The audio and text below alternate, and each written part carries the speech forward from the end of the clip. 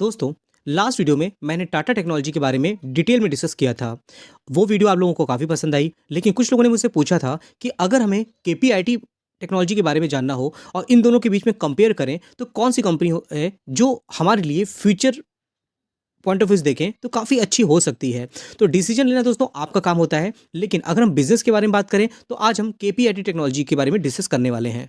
तो अगर आपने लास्ट वीडियो देखा होगा, तो ये वीडियो आपको बहुत अच्छी तरह से समझ में आ जाएगा। लेकिन आगे बढ़ने से पहले मैं आपको एक डिस्क्लेमर देना चाहूँगा।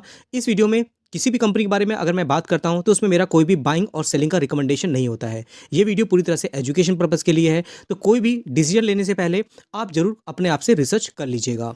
तो चलिए, हम बात करते हैं दोस्तों केपीआईटी टेक्नोलॉजी के बारे में। देखिए, ये कंपनी अगर हम बात करते हैं शुरू से लेकर के अभी तक में, चार्ट आप देखोगे तो आपको पता चलेगा किस तरह से इसमें ग्रोथ देखने को मिल रही है। लेकिन करेक्शन जैसा कि हर एक कंपनी में होता है, तो इसमें भी आपको लगभग 21% तक की गिरावट देखने को मिल रही है।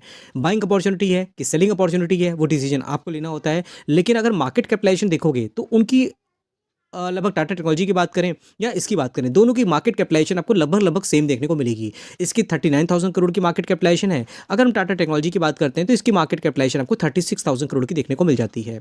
तो मार्केट कैपिटलाइजेशन वाइज अगर हम डिसीजन लेते हैं, तो ये दोनों बराबर ही हैं। लेकिन फ्यूचर ग्रोथ की अगर बात करते हैं, तो कहीं ना कहीं अगर आप देखोगे, इनका जो बिजनेस है वो यूरोप से ज़्यादा अच्छा आता है, यूएसए से आता है। रेस्ट ऑफ द वर्ल्ड से देखोगे 38% का यहाँ पे बिजनेस देखने को मिल जाता है। अब जैसा कि मैंने लास्ट वीडियो में आपको बताया था, टाटा टेक्नोलॉजी का जो मोस्टली बिजनेस है, वो देखोगे टाटा के जो इकोसिस्टम है, जगुआर लैंड रोवर की बात करते हैं, टाटा मोटर आप देखोगे अच्छा क्लाइंट है उसका। बाकी आप देखोगे कहीं ना कहीं वो अलग अलग कंपनी को उन्होंने एक्विजिशन किया और अपने बिजनेस को बढ़ाया। लेकिन उसके लिए क्या हो गया, डेट बहुत बढ़ गया, और डेट को कंप्लीट करने के लिए क्या हुआ, उन्होंने प्लानिंग करी कि टाटा टेक्नोलॉजीज के मैक्सिमम स्टेक बेचे जाएं। लेकिन बाद में डिसीजन क्या हुआ कि इसका आईपीओ लेके आया जाए। तो कंपनी अभी स्ट्रगल कर रही है। आने वाले टाइम पे कंपनी के रिजल्ट अच्छे आएंगे, तो कहीं ना कहीं उसमें भी हमें कुछ एक्सपेक्टेशन आती हुई दिख सकती है। लेकिन करंट टाइम में देखोगे, तो इसका बिजनेस आप देखोगे तो बहुत अच्छी तरीके से ग्रो करता हुआ दिख रहा है। पैसेंजर व्हीकल देखोगे तो 82.9% का कंट्रीब्यूशन है। वहीं कॉमर्शियल व्हीकल देखोगे तो 17.1% का काम देखने को मिलता है। अब ये ऑटोमेटिव टेक्नोलॉजी में पूरी तरह से फोकस्ड है, और किस तरह का बिजनेस पे काम करते नजर आती है, ये भी जानना इंपॉर्टेंट है। क्योंकि केपीआईटी टेक्नोलॉजी अगर देखोगे, तो टेक्नोलॉजी वाली कंपनी आपको देखने को मिल जाती है। ये इसमें देखोगे फीचर्स डेवलपमेंट होता है, जैसा कि आप यहाँ देखोगे तो आपको समझ आ जाएगा। फीचर्स डेवलपमेंट एंड इंटीग्रेशन होता है, क्लाउड बेस्ड कनेक्शन होता है यहाँ पर, वो भी देखोगे। आर्किटेक्चर की बात करते हैं, ये कंपनी काम करती नजर आती है। अब कोई भी आजकल गाड़ियाँ बन रही हैं, उसमें क्या है, आर्टिफिशियल इंटेलिजेंस है, टेक्नोलॉजी का बहुत ज़्यादा यूज़ किया जा रहा है। प्रोडक्ट इंजीनियरिंग की बात करें, डिज़ाइन की बात करते हैं, ये सब बहुत इंपॉर्टेंट रोल अदा करते हैं आजकल, अगर हम ऑटोमेटिव इंडस्ट्री की बात करें तो। अब ये कंपनी आप देखोगे सॉफ्टवेयर कंपनी है, जो स्पेशलाइज है एम्बेडेड सॉफ्टवेयर में। और उसके अलावा इनके क्लाइंट भी देखोगे मैक्सिमम ऑटोमेटिव और मोबिलिटी सेक्टर में देखने को मिल जाते हैं।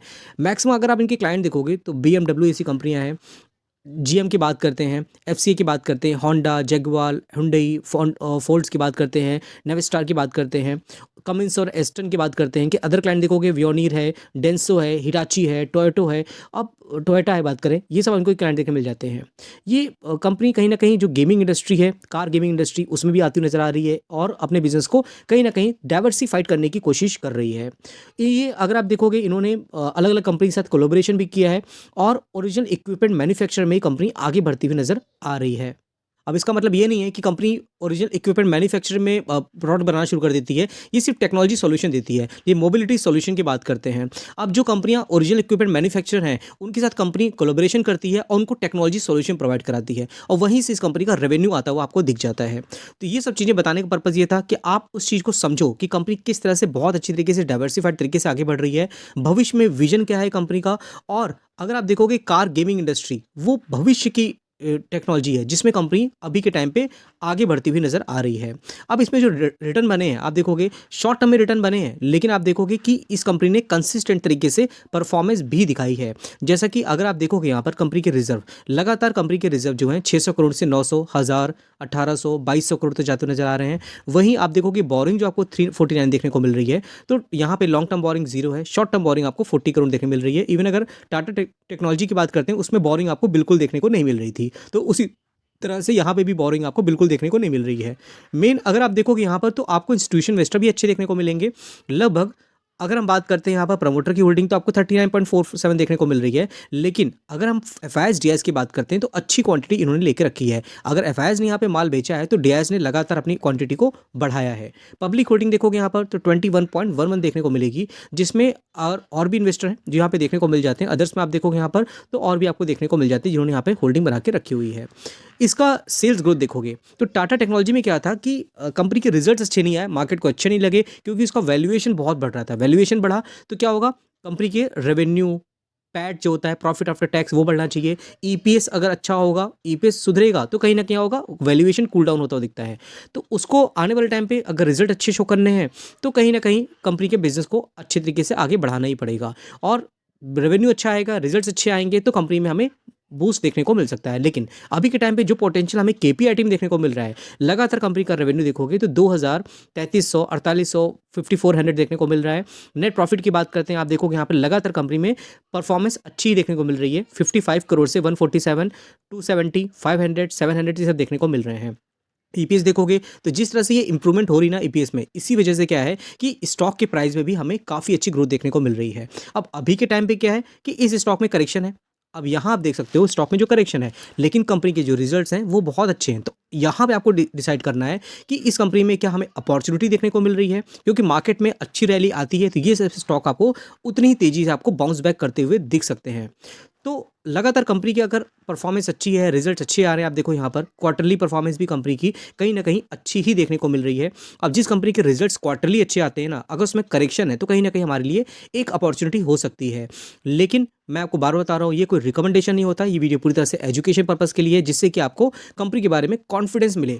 और अगर आपने लेकर रखा है और गिरावट से परेशान हो तो कहीं ना कहीं इन सब चीज़ों को आपको समझना चाहिए। नेट प्रॉफिट देखोगे, देखिए 204 करोड़ क्वार्टरली फ्लैट परफॉर्मेंस है। एनुअली देखोगे तो 141 करोड़ से अच्छा देखने मिल रहा है। अपकमिंग रिजल्ट की बात करते हैं, 29 जनवरी को कंपनी के रिजल्ट आने वाले हैं, जो कि हमारे नेक्स्ट सीजन जो शुरू होने वाला है रिजल्ट्स का। तो इन सब चीज़ों को आपको फोकस पे रखना है। क्यों मैंने इस कंपनी के बारे में डिस्कस किया, अब डिसीजन आपको लेना होता है। अगर आपने केपीआईटी टेक्नोलॉजी के बारे में पढ़ा हुआ है और आप कंफ्यूज हो केपीआईटी टेक्नोलॉजी या टाटा टेक्नोलॉजी, तो ग्रोथ का पोटेंशियल आपको कहाँ देखने मिलता है, डिपेंड करता है आपकी कन्विक्शन कहाँ पे सेट बैठती है। अगर आपको लगता है कि टेक्नोलॉजी वाली कंपनी है, टाटा ग्रुप से बिलोंग करती है, भविष्य में बाउंस बैक करेगी तो रिटर्न बना के दे सकती है, नो डाउट। लेकिन कब देगी, ये एक बड़ा क्वेश्चन मार्क है। कितना आप पेशेंस दिखा सकते हो, कितना चीज़ों को होल्ड कर सकते हो, क्योंकि जितनी भी टेक्नोलॉजिकल कंपनियां होती हैं ना, लॉन्ग टर्म में किसी को निराश नहीं करती हैं। आपकी क्या व्यूज़ है इस कंपनी को लेकर के या इस कंपैरिजन को लेकर के, मेरे साथ जरूर शेयर करिएगा कमेंट बॉक्स में।